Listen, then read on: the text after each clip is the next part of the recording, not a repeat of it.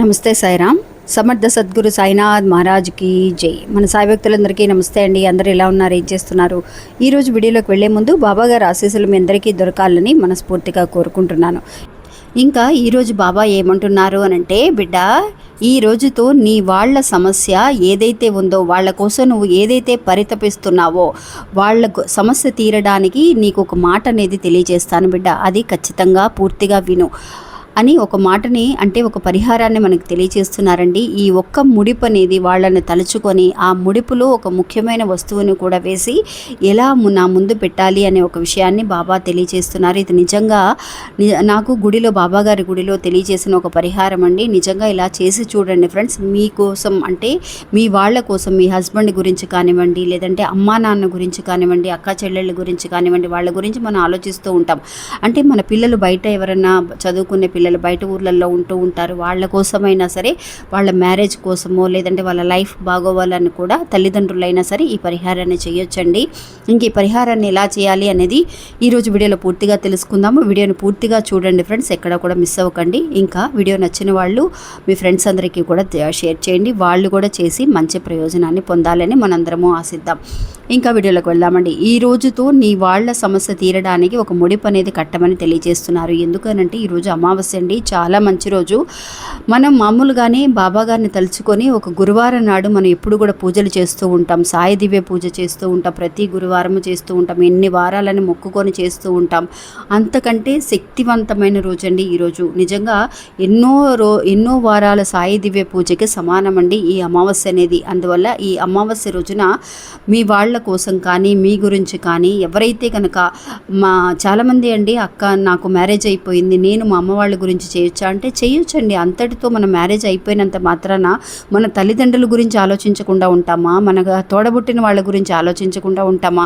మీకు మనసులో ఎవరి గురించి అయితే బాధపడుతున్నారో వాళ్ళకు ఒక మంచి దారి దొరికితే బాగుంటుందని ఆలోచిస్తున్నారు. అదే చాలా గొప్ప విషయం అండి. వాళ్ళ పనులు వాళ్ళు చూసుకొని, వాళ్ళ లైఫ్ వాళ్ళు చూసుకోవడం మాత్రమే కాకుండా మిగతా వాళ్ళ గురించి కూడా ఆలోచిస్తున్నాము అని అంటే అది కూడా గొప్ప వరం అండి. అందువల్ల వాళ్ళ గురించి ఆలోచించడం మాత్రమే కాకుండా వాళ్ళ విషయాన్ని కూడా పరిష్కరించాలని ఎదురు చూస్తున్నారు. కాబట్టి అలాంటి వాళ్ళందరికీ కూడా బాబా ఆశీస్సులు తప్పకుండా ఉంటాయండి. అందువల్ల ఈ రోజున, ఈ అమావాస్య రోజున ఒక్కసారి ఇలా రాత్రిలోపు ఇలా ముడిపు అనేది కట్టి బాబా ముందు పెట్టండి ఫ్రెండ్స్. నిజంగా అది ఎలాంటి ఒక సమస్య అయినా సరే తీరుతుందండి. ఒక ఆవిడ నాకు తెలియజేసిన ఒక విషయం అండి. అమావాస్య రోజున నాకు నిన్న ఒక మెయిల్ అనేది వచ్చింది. అక్క, నేను అమావాస్య రోజు చేశాను, ఈ అమావాస్యకి ఏదైనా పరిహారాన్ని చెప్పండి అని. నిజంగా చాలా అద్భుతం అండి. బాబా ఒకటి కాదు, రెండు కాదు, ఎన్నో రకాల అద్భుతాలను మనకు చూపిస్తున్నారు.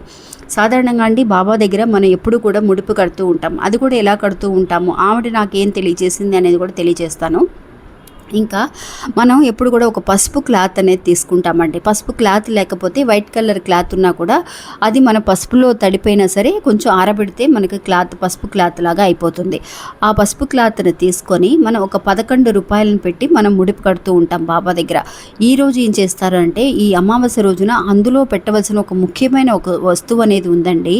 ఆవిడ నాకు తెలియజేశారు, అక్క ఇంతకుముందు చెప్పారక్క, నేను చాలా కొత్తగా అనిపించింది ఈ పరిహారం అనేది, అది చేసిన తర్వాత నాకు మంచి రిజల్ట్ కనిపించింది అక్క అని. అలాగే మీరు కూడా ఈరోజు ఒక పసుపు కలర్ క్లాత్ తీసుకోండి ఫ్రెండ్స్. తీసుకొని అందులో 11 రూపాయలు కానీ, 101 రూపాయలు కానీ, మీరు ఎంతైతే కనుక పెట్టగలుగుతున్నారో పెట్టండి. పెట్టిన తర్వాత కొంచెం అందులో పసుపు క్లాత్లో కొంచెం బియ్యాన్ని పోయండి ఫ్రెండ్స్. బియ్యం ఎందుకు అనంటే, నిజంగా అండి బాబా ఎప్పుడు కూడా అన్నదానానికి సమానంగా మనం బియ్యాన్ని పోస్తూ ఉంటాం. షిరిడీలో ఉన్నప్పుడు బాబా దానం చేస్తూ ఉండేవారు, ఎక్కువగా అన్నదానం చేస్తూ ఉండేవారు.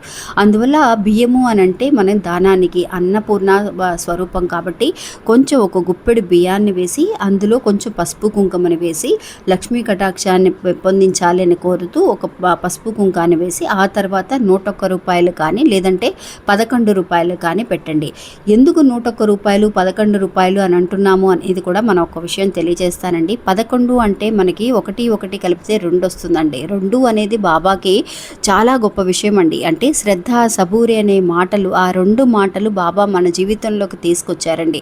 నమ్మకము, ఓపిక అనే మాటల్ని గుర్తిస్తూ నిజంగా ఈ 11 రూపాయలని మూట కట్టడం అనేది మనం తెలుసుకున్నాము. అలాగే 101 రూపాయలు కూడా అందుకోసమే సమానమేనండి. 101 అనేది కూడా 1 + 0కి మనకు వాల్యూ ఉండదు కాబట్టి 1 1 కూడితే 2 వస్తుంది. 2 కాబట్టి అది కూడా శ్రద్ధ, సబూరి అనే మాటల్ని గుర్తుంచుకొని మనం పరిహారం చేస్తున్నాం. అంటే బాబా బాధ్యత అంతా నీదే, నేను నమ్మకంతో ఓపికతో ఉంటాను, మీరు నాకు తోడుగా ఉండి నన్ను ముందుకు నడిపించండి బాబా అని చెప్పి కోరుకుంటూ చేస్తున్నామని అర్థమండి. అలా ముడుపు కట్టిన తర్వాత 101 రూపాయలు వేసి కూడా మనం ముడుపు కట్టడానికంటే ఇవన్నీ కూడా రెడీ చేసుకున్న తర్వాత మీరు వేయవలసిన ఇంకొక వస్తువు ఉందండి. అది ఏంటి అని అంటే గోధుమలండి. గోధుమలు ఒక గుప్పెడి కానీ ఒక స్పూన్ కానీ మీ దగ్గర ఒక గోధుమలు అనేవి అందరి ఇళ్లలో ఉంటూ ఉంటాయండి. ఎందువల్ల ఆ గోధుమల్ని వేయాలి అని అంటే బాబా షిరిడీలో ఉన్నప్పుడండి నిజంగా ఆ షిరిడీలో కలరా వ్యాపించిందని కలరా నుంచి బయటకు తీసుకురావడం కోసం బాబానే స్వయంగా గోధుమల్ని తిరగలిలో వేసి ఆయనే రుబ్బడం అనేది జరిగిందండి. నూరి బాగా పొడి పొడి చేసి ఆ గోధుమ పిండిని ఆ ఊరంతా పొలిమేరలంతా కూడా చల్లమని చెప్పారండి. నిజంగా అందరికీ ఆశ్చర్యం వేసింది. ఈ గోధుమ పిండి చపాతీలు చేయడం కోసమో ఏమో బాబా ఇలా చేస్తున్నారని అనుకున్నారా కానీ ఇది ఒక సమస్యకి పరిష్కారం కోసమే ఈ గోధుమ పిండిని తయారు చేస్తున్నారన్న విషయం బాబాకు మాత్రమే తెలుసండి.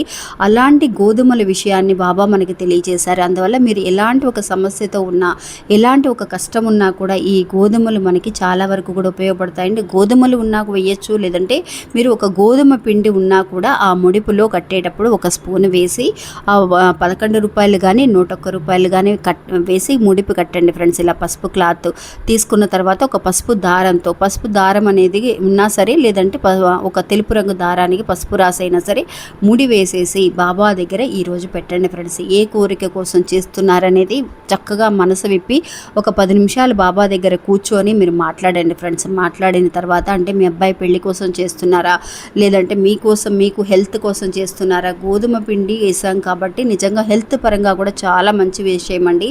ఎలాంటి అనారోగ్య సమస్య అయినా సరే ఇట్టే మాయమైపోతుంది. అందువల్ల గోధుమ పిండితో చేసిన ఈ ముడిపుని మీ అరచేతిలో పెట్టుకొని బాబా దగ్గర మనస్ఫూర్తిగా మాట్లాడండి, గట్టి సంకల్పం చేసుకోండి.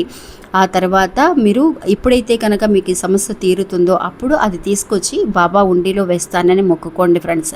ఖచ్చితంగా మర్చిపోకుండా మీ సమస్య తీరిన వెంటనే ఆ ముడిపుని బాబా ఉండిలో సమర్పించడానికి ప్రయత్నించండి ఫ్రెండ్స్. మీ ఇంటి పక్కన ఎక్కడ బాబా గుడి ఉన్నా కూడా మీరే స్వయంగా వెళ్ళి మా ముడిపు అనేది సమర్పించడానికి ప్రయత్నించండి ఫ్రెండ్స్. ఇది చాలా వరకు కూడా పనిచేస్తుంది. ఈరోజు చాలా మంచి రోజు కూడా, అమావాస్య రోజు కాబట్టి చేస్తే చాలా మంచిది. మళ్ళీ కూడా అమావాస్యకి చేసుకోవచ్చు, లేదంటే గురువారం నాడైనా సరే మీరు ఈ పరిహారాన్ని చేయొచ్చు.